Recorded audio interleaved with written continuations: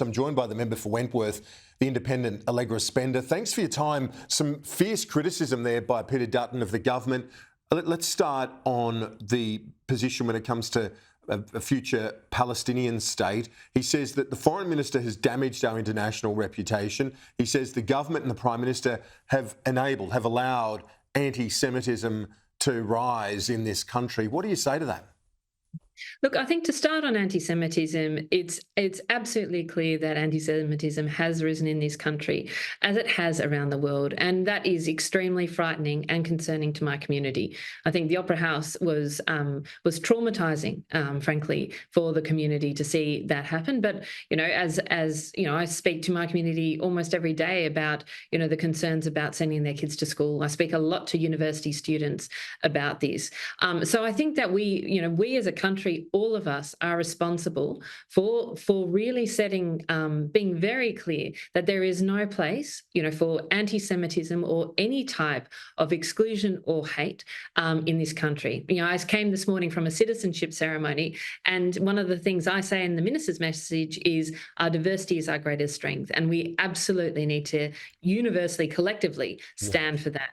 Do you agree with Peter Dutton that the Prime Minister has made Australia unsafe for the Jewish community? Look, I think to be honest, that is extreme. Those are extreme words, but I do think that that it's not. I think that everybody, and there's definitely some bad actors out there and some people who have extreme views, and we need to take a stronger line on. And I think certainly some of the imams in Greater Western Sydney and who have said some extreme things are part of the concerns that I have in terms of anti-Semitism.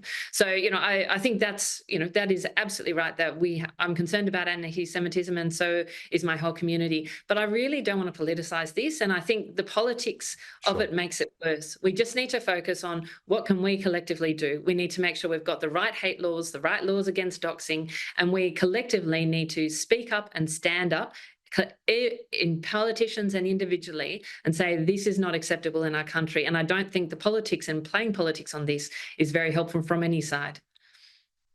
And your reaction to Penny Wong's speech, where she raised the prospect of, or the international discussion that's happening, and floated the prospect of Australia potentially recognising the state of Palestine before the negotiated final settlement with Israel?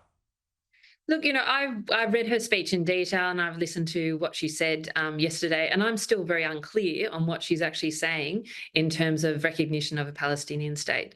And I've always supported a two-state solution in the Middle East, and I think in these difficult times, I think all of us think about how do we get to peace, and how can we have long-term security and safety, for the Jewish, for the Israeli people, and for the Palestinian people. So I will continue to support that. But it's very unclear what she's actually saying. Is she saying that, we're going to recognise unilaterally? Is she saying that, this is in some period of time? I'm not sure.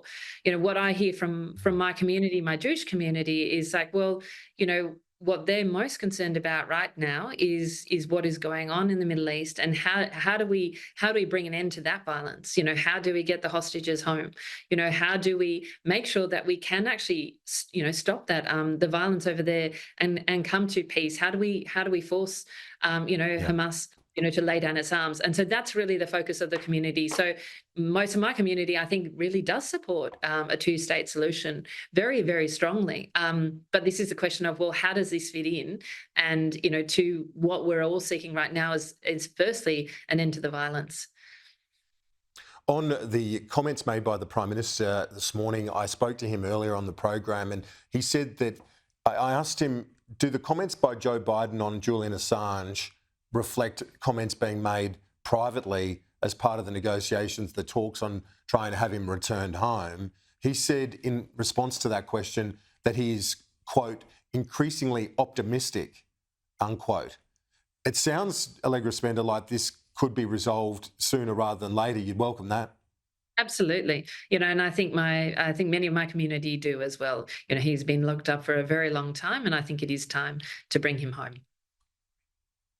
On the issue of a future made in Australia, can Australia compete? You're an economist. Can we compete when it comes to manufacturing? Look, I think there are areas in this green transition where Australia has a unique competitive advantage. One of those is green iron. So, we have the iron ore and we've got the sunshine and the wind. So if we can make that work well, we could have a really unique opportunity there. I think another area is elements of solar panel manufacturing. So there are areas where Australia can really lead the world, and I support actually investment in areas where Australia can really lead the world. But what I also want to make sure is that every single dollar that we spend is spent wisely, and at the same time we have the other, we work on the other policies and the other, things like industrial relations and procurement policies and regulation policies, to make sure that, our businesses across the country can thrive, as well as in these specific green industries. Allegra Spender, thanks as always. We'll have to talk again soon. I know you want to talk about Ken Henry's comments about I always want tax to talk to inequity Kieran. between the generations. Let's talk tax next time. Hopefully see you soon. Will do. Appreciate it. Thanks so much, Kieran.